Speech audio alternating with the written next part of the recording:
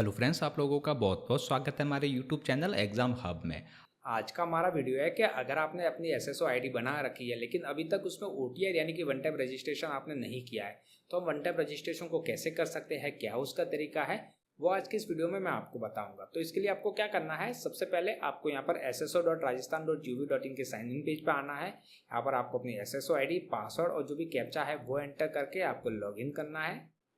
Login करने के बाद में आपको यहाँ पर रिक्रूटमेंट पोर्टल पे क्लिक करना है। अगर आपको यहाँ पर रिक्रूटमेंट पोर्टल नहीं दिख रहा है तो क्विक सर्च में आप REC टाइप करेंगे तो आपका रिक्रूटमेंट पोर्टल यहाँ पर आ जाएगा। आपको इसके ऊपर क्लिक करना है।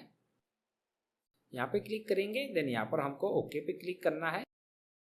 यहाँ पर आएंगे, देन ये जो प्रोसेस है वो टोटल 3 स्टेप में होगी। फर्स्ट हमको हमारी बेसिक डिटेल को देना है, सेकंड हमको KYC करना है और थर्ड हमको यहाँ पर पेमेंट करना है। तो फर्स्ट यहाँ पर है are you a Rajasthan resident, आप राजस्थान के निवासी है तो आपको येस पे क्लिक करना है।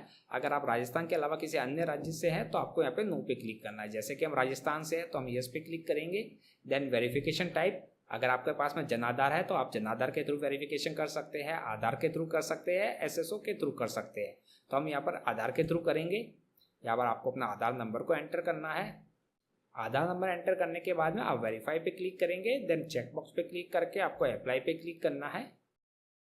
अप्लाई पे क्लिक करेंगे, देन यहाँ पर आपको चेक बॉक्स पे क्लिक करके OTP भेजे पे क्लिक करना है। आपके आधार कार्ड के साथ में जो भी रजिस्टर्ड मोबाइल नंबर है उस पर OTP आएगा, वो OTP आपको यहाँ एंटर करना है। देन यहाँ से हमको प्रमाणीकरण करें, इसके ऊपर क्लिक करना है।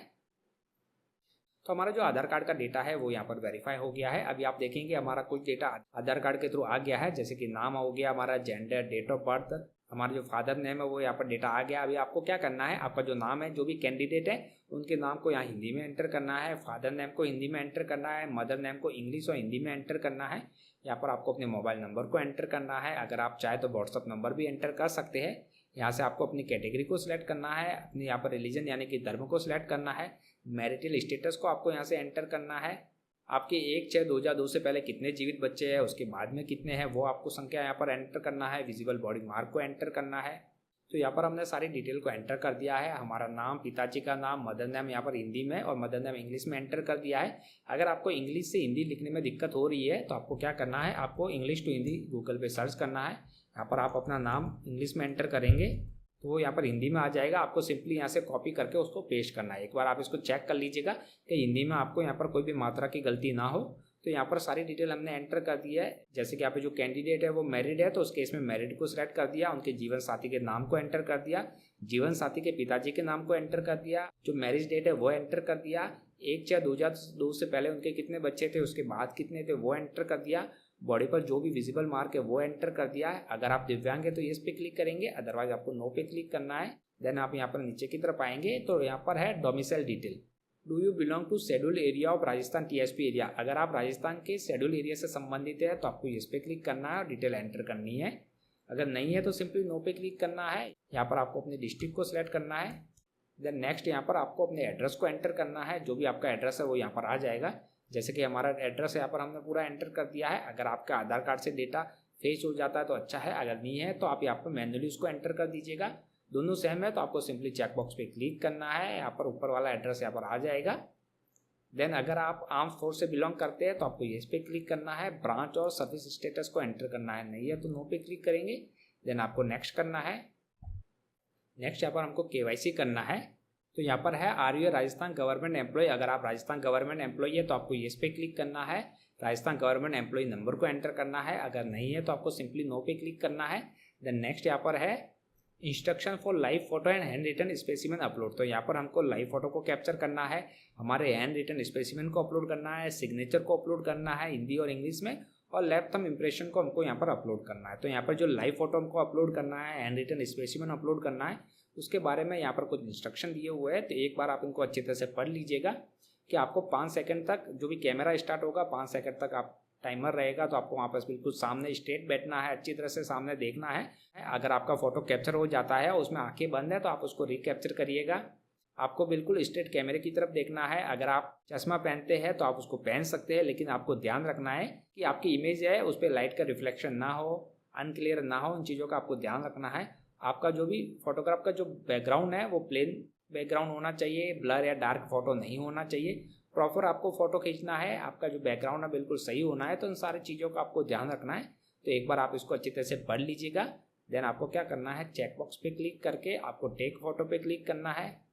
देन यहाँ पर आपको इसमें सामने की तरफ देखना है, ये 5 सेकंड के बाद में आपका फ़ोटो कैप्चर होगा। इसमें हमारे यहाँ पर जो लाइव फ़ोटो कैप्चर हो गया है। अगर आपको लगता है कि आपका फ़ोटो सही से कैप्चर नहीं हुआ है तो आप यहाँ पर डिलीट भी कर सकते हैं, रीटेक फ़ोटो भी कर सकते हैं। देन नेक्स्ट हमको यहाँ पर हमारे हैंड रिटन स्पेसिमेन को अपलोड करना है। तो यहाँ पर आप सैम्पल हैंड रिटन स्पेसिमेन पे क्लिक करेंगे तो आपको क्या करना है, आपको इसका एक प्रिंट आउट निकालना है। प्रिंट आउट निकालने के बाद में यहाँ पर जैसे हिंदी प्रारूप है तो आप इस हिंदी प्रारूप को आपको यहाँ पर एंटर करना है। जैसे कि मैं, आपका अब नाम आ जाएगा, पिता का नाम, आपके पिताजी का नाम, जन्म तिथि आ जाएगी। ये सारा डिटेल आपको अपनी खुद के हैंड राइटिंग में लिखना है। देन यहाँ पर आपको हस्ताक्षर करने हैं। देन यहाँ पर इंग्लिश परफॉर्मा को आपको यहाँ पर एंटर करना है, अपने सिग्नेचर करने हैं, SSO ID को एंटर करना है, परमानेंट एड्रेस को एंटर करना है। ये सारा डिटेल एंटर करने के बाद में आपको क्या करना है, आपको इसकी PDF कॉपी बनानी है।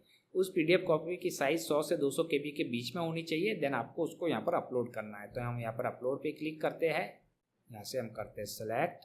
तो यहाँ पर हमारा जो हैंड रिटन स्पेसिमेन आ गया है। एक बार इसको आप अपलोड करें तो क्रॉस चेक जरूर कीजिएगा। तो यहाँ पर हम व्यू पे क्लिक करते हैं तो हमारा जो हैंड रिटन स्पेसिमेन है वो यहाँ पर आ गया, बिल्कुल सही है। देन हमको यहाँ पर हमारा जो इंग्लिश सिग्नेचर है वो अपलोड करना है। उसकी साइज़ JPG 20 से 50 KB के बीच में उसकी साइज़ होनी चाहिए। तो हम अपलोड पे क्लिक करते हैं। यहाँ पर हमारा इंग्लिश सिग्नेचर अपलोड हो गया है। नेक्स्ट हमको हिंदी सिग्नेचर को अपलोड करना है। तो उसका भी फॉर्मेट JPG और 20 से 50 KB के बीच में उसकी साइज़ होनी चाहिए। अपलोड पे हम करते हैं क्लिक। यहाँ पर हमारा जो हिंदी सिग्नेचर है वो भी आ गया। लास्ट है हमको यहाँ पर लेफ्ट थंब इम्प्रेशन को अपलोड करना है। उसका भी जो फॉर्मेट है वो JPG और 20 से 50 KB के बीच में उसकी साइज़ होनी चाहिए। अपलोड पे हम करते हैं क्लिक, करते हैं थंब को सिलेक्ट। तो हमारा लेफ्ट थंब इम्प्रेशन भी यहाँ पर आ गया है। तो यहाँ पर सारा डेटा हमारा यहाँ पर आ गया है। अभी हमको सेव एंड नेक्स्ट करना है। अभी नेक्स्ट यहाँ पर हमको पेमेंट करना है। तो आप यहाँ पर नीचे की तरफ आएंगे, यहाँ पर आपको चेकबॉक्स पे करना है क्लिक। देन पे क्लिक करेंगे। आप पे क्लिक करेंगे तो यहाँ पर net banking, aggregator, UPI QR के थ्रू अपना पेमेंट कर सकते हैं। जैसे हम QR को सिलेक्ट करते हैं, यहाँ से फोन पे, देन पे नाउ पे हम क्लिक करेंगे। अभी आपको क्या करना है, इस QR कोड को आपके मोबाइल में जो भी UPI एप्लीकेशन है उससे स्कैन करके पेमेंट करना है। आपकी जो भी फीस पेमेंट है वो आपके कैटेगरी के हिसाब से अलग अलग होगी। आपको 600 रुपये जनरल कैटेगरी के लिए है। अगर आप OBC SC ST से है तो आपको 400 रुपये का पेमेंट करना है। प्लस आपका जैसे हम फ़ोन पे, जैसे हम UPI से कर रहे हैं तो यहाँ पर 10 रुपये का हमारा चार्ज लगेगा। तो टोटल 610 या फिर 410 का आपको पेमेंट करना है। तो यहाँ पर हम हमारे मोबाइल से करते हैं पेमेंट को कंप्लीट। तो आप यहाँ पर देख रहे होंगे हमारे यहाँ पर OTR का पूरा डिटेल यहाँ पर आ गया है। हमारा जो पेमेंट है वो भी यहाँ पर हो गया है। तो आप यहाँ पर स्क्रीन पर देख रहे होंगे हमारा यहाँ पर जो पेमेंट है वो कंप्लीट हो गया है। हमारा OTR का प्रोसेस कंप्लीट हो गया है। तो इस प्रकार अगर आप भी SSO पोर्टल पर OTR यानी कि वन टाइम रजिस्ट्रेशन करना चाहते हैं तो इस प्रकार बहुत ही आसानी से आप कर सकते हैं। अगर आपको वीडियो हमारा अच्छा लगा तो प्लीज़ हमारे वीडियो को लाइक कीजिए, कमेंट कीजिए, शेयर कीजिए। Thank you very much.